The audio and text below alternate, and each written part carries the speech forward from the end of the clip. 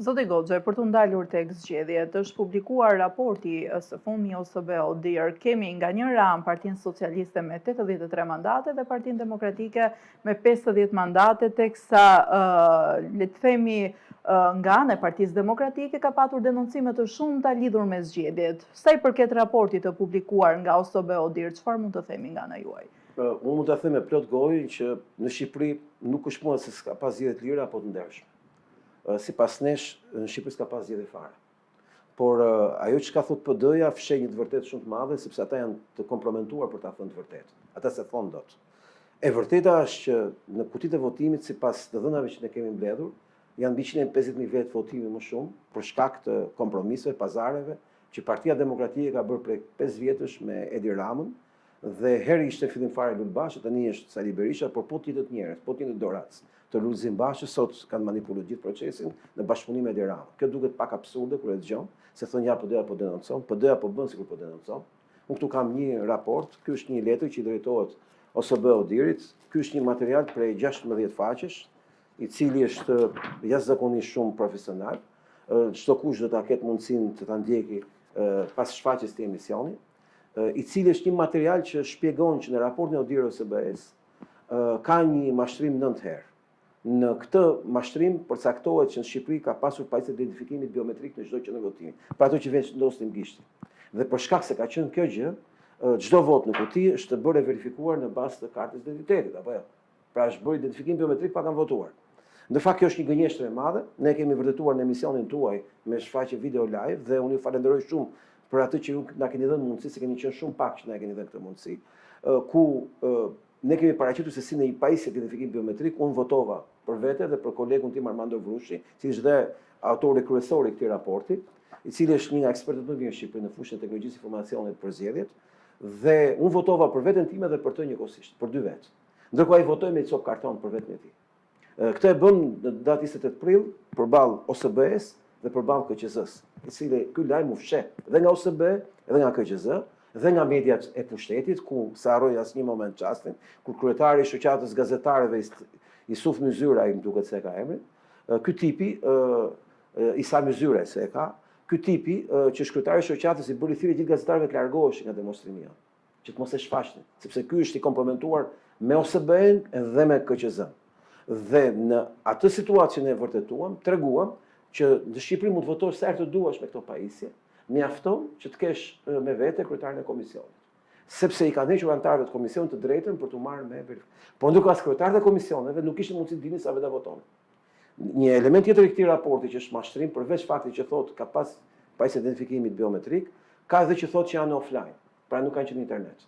Ne kemi vërtetuar në këtë raport me 16 faqe, me dokumenta dhe me linke origjinale që të vërtetohet se ku, si qysh tek, kemi vërtetuar që ne kemi të bëjmë si thosh me një manipulim plot. Në këtë raport ne kemi vënë dhe një QR kod, që ky raport të gjej linket në mënyrë online, ta kenë më të kollajt për të gjetur provat tona që janë video, foto, dokumenta zyrtare të KQZ-s, që vërtetojnë që në Shqipëri nuk ka pas pajisje identifikimi. Po ajo që na ka dalë neve në këtë histori është që OSBE ka qenë ndërgjegjshme për këtë fakt, po e ka mashtruar. Pse ka mashtruar? Sepse personi kompetent i OSBE-s për sigurinë kibernetike që mbulon këtë fushë, quhet Liza Past, ne i themi Liza në botën e çuditërave, që ka futur OSBE në botën e çuditërave, sepse ky person ka qenë i kompromentuar, duke punuar në Fondacionin Soros, duke qenë një nga kokat e Fondacionit Soros për sigurinë kibernetike në botë, madje edhe në raportet me Amerikën kur bëhet zgjedhjet në Amerikë me Trumpin, ky person ka mashtruar zyrtarisht, megjithëse ka qenë me video dhe me foto, prezent në dëshmitar kur ne kemi bërë demonstrimin e mosfunksionalitetit të pajisjeve. Madje në kryetari i partisë tonë, Aleanca Konservatore, zoti Armando Vrushi, ka pas korrespondencë me OSBE duke i treguar këtë gjë me prej 4 vjetësh. Ne kemi 4 vjet që luftojmë për këtë temë. Për këtë heq PD-ja. Për këtë çështje s'keni dëgjuar kurrë. Dhe s'mund ta dëgjoni dot PD-n, të flasë për këtë element që hedh nerë zgjedhjet, sepse nuk dalin numrat e njerëzve në raport me këto pajisje, se sa veta kanë votuar në raport me popullsinë që ne kemi në Shqipëri. Heqin sepse ky tender është bërë me kërkesë PD-s dhe Rama çka bëri, ka lënë njerëzve të PD-s në KQZ. I ka thënë këtyre, ju merrni lekët, u marr votat. Dhe Ort Bylikbashi, Ivi Kaso, Gazbardi, që kanë qenë 3 doracët e Lul Bashës, dhe tashmë 3 doracët e Berishës në historinë e KQZ-s, Këta njerëz se thosh nuk lejon që të hapet kjo derë, sepse Rama atyre do të thotë, "Ore, pse flisni ju për këtë gjë? Po ju keni bë tenderin. Lekët ju i keni marrë. Normal që do marr votat kur merrni ju lekët."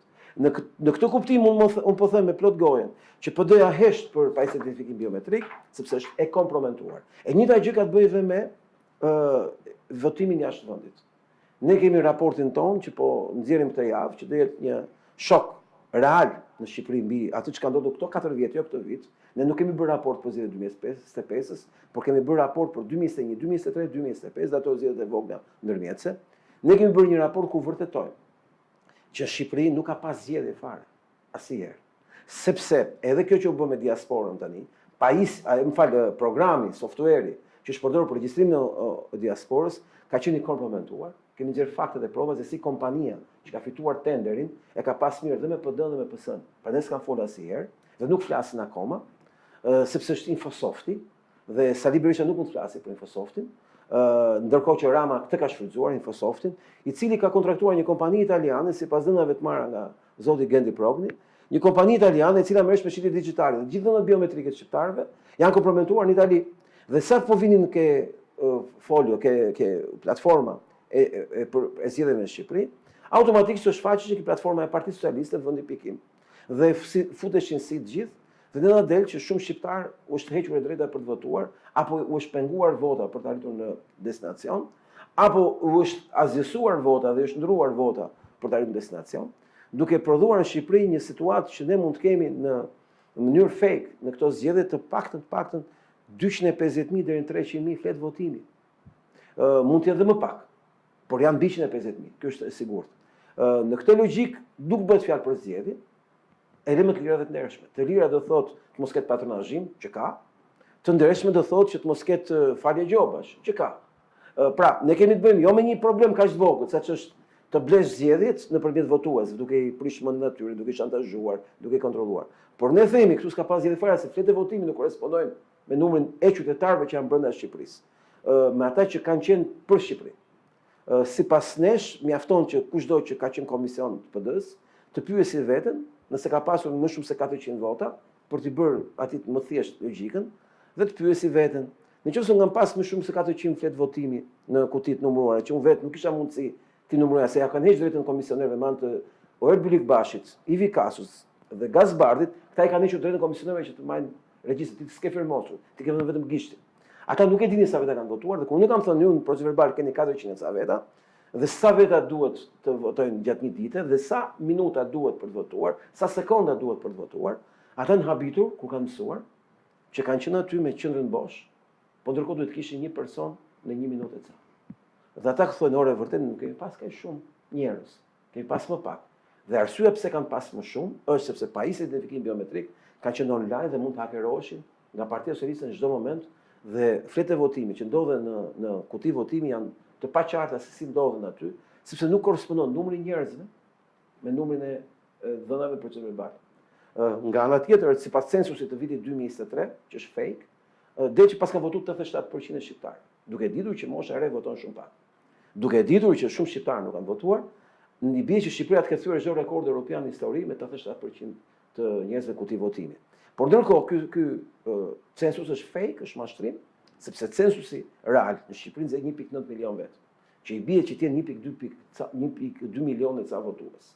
Që do thotë në kutitë e votimit ndodhin 120% fletë votimi, më shumë se numri real i popullsisë. E përkthyer kjo në shifra, në numra e tjerë, ne na del që janë minimumi 150.000 fletë votimi, më shumë në kuti se sa janë banorë këtë vot.